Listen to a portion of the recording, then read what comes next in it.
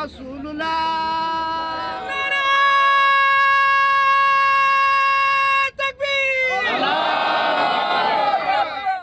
Assalamualaikum warahmatullahi wabarakatuh.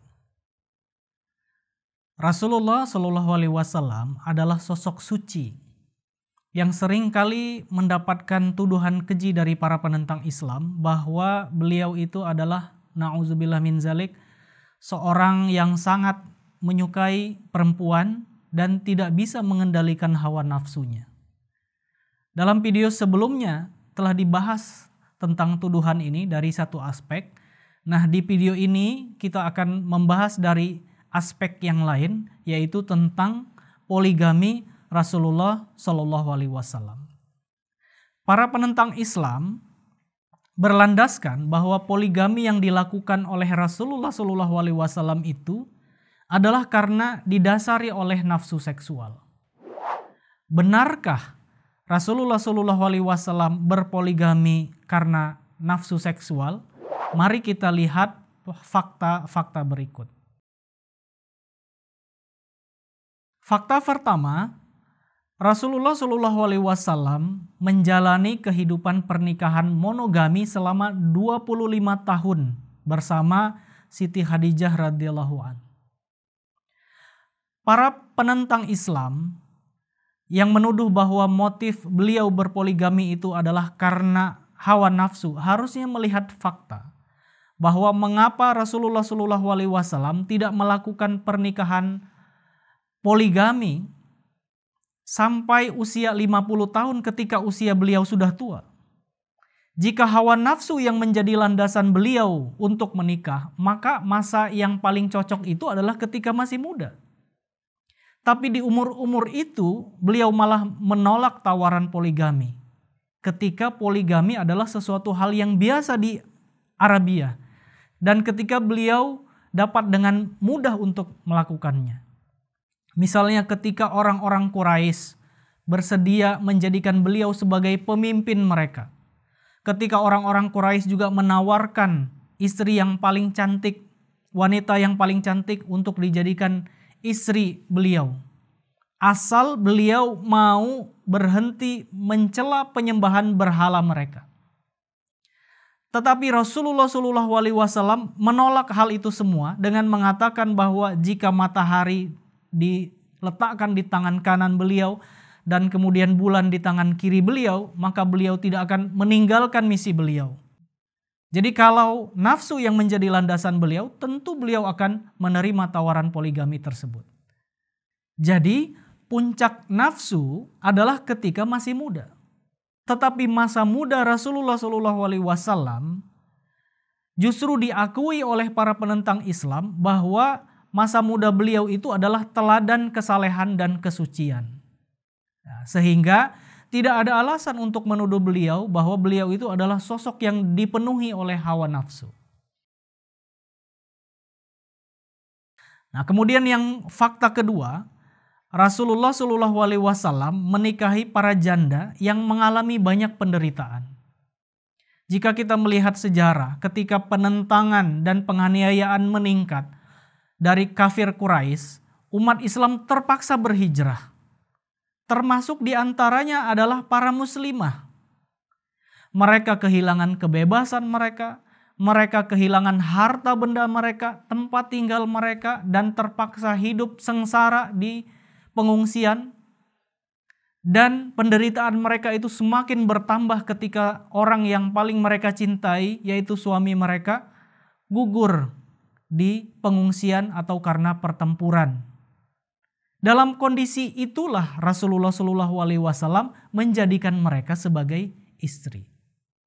Saya akan kutipkan perkataan dari Bosworth Smith dalam sebuah kuliahnya yang berjudul Muhammad and Muhammadism. Namun harus diingat, sebagian besar pernikahan Muhammad setidaknya dapat dijelaskan karena rasa kasihan beliau pada kondisi menyedihkan orang-orang yang bersangkutan dan motif-motif lainnya. Mereka itu hampir semuanya janda yang tidak memiliki keistimewaan baik dari kecantikan maupun kekayaan mereka. Tetapi sebaliknya. Jadi sebagian besar istri Rasulullah SAW itu adalah para janda. Dan mereka ini adalah korban persekusi dari orang-orang kafir Quraisy. Jadi hal ini sangat jauh dari tuduhan bahwa beliau menikahi mereka itu karena hawa nafsu. Saya akan sebutkan siapa saja istri Rasulullah SAW yang janda karena hijrah ke Abisinia dan ke Madinah. Pertama, Saudah binti Zam'ah. Kedua, Hafsah binti Umar bin Khattab. Ketiga, Hindun binti Abi Umayyah atau Ummu Salamah. Keempat, Ummi Habibah. Kelima, Zainab binti Jahash. Keenam, Zainab binti Huzaimah. Dan ketujuh adalah Maimunah binti Al-Haris. Sebagian besar suami mereka ini meninggal saat hijrah atau gugur di pertempuran. Misalnya, Saudah binti Zam'ah yang berumur 50 tahun. Suami beliau meninggal saat hijrah. Kemudian Hafsah binti Umar bin Khattab. Suami beliau meninggal di peperangan Badar. Hindun binti Abu Umayyah. Suami beliau meninggal di perang Uhud. Ummi Habibah menjadi janda ketika hijrah karena ditelantarkan oleh suami beliau yang murtad masuk Kristen. Kemudian selanjutnya Zainab binti Huzaimah, suami beliau juga meninggal di peperangan Uhud. Kemudian selanjutnya ada juga istri Rasulullah SAW yang berasal dari putri pemimpin musuh yang gugur dalam pertempuran, dan mereka juga adalah janda. Yang pertama, Juwairiyah binti Haris. Beliau merupakan janda seorang kafir yang terbunuh dalam satu pertempuran dan ia kemudian menjadi tawanan perang dan jatuh ke tangan Sabit bin Qais. Nah, Sabit bin Qais ini kemudian meminta tebusan jika beliau ingin bebas. Nah, tetapi Juwairiyah tidak bisa membayarnya karena tebusannya terlalu tinggi.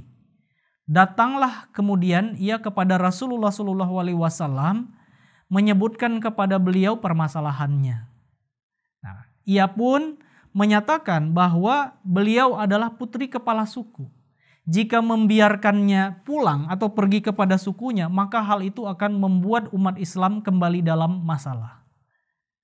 Dan karena wibawa kesukuan, beliau adalah sebagai putri dari suatu suku, maka ia tidak setuju kalau dijadikan istri siapapun kecuali oleh seorang pemimpin. Maka akhirnya Rasulullah SAW menikahi beliau. Nah, kemudian yang kedua, Safiyah binti Huyai. Beliau pun juga merupakan tawanan perang. Beliau merupakan istri dari pemimpin Yahudi Khaybar. Suami beliau pun telah meninggal. Nah, Rasulullah SAW menyerahkan beliau kepada salah seorang sahabat. Tetapi sahabat yang lain protes kepada Rasulullah SAW bahwa yang paling cocok untuk menikahi seorang kepala suku seharusnya adalah Rasulullah SAW, bukan para sahabat yang lain. Nah, akhirnya Rasulullah SAW menikahi beliau. Jadi tujuan Rasulullah SAW dalam kedua pernikahan ini, anak putri pemimpin suku ini, tidak lain adalah untuk mempersatukan berbagai suku Arab yang selama berabad-abad saling berperang. Pemirsa yang berbahagia, kesimpulan dari pemaparan ini, motif pernikahan Rasulullah SAW berpoligami bukan karena hawa nafsu seksual, seperti yang dituduhkan oleh para penentang Islam. Tetapi pertama, karena belas kasihan beliau atas penderitaan yang dialami para perempuan. Yang kedua, karena aliansi politik yang dapat menyatukan suku-suku Arab. Dan ketiga adalah memiliki tujuan agama. Sekian, Assalamualaikum warahmatullahi wabarakatuh.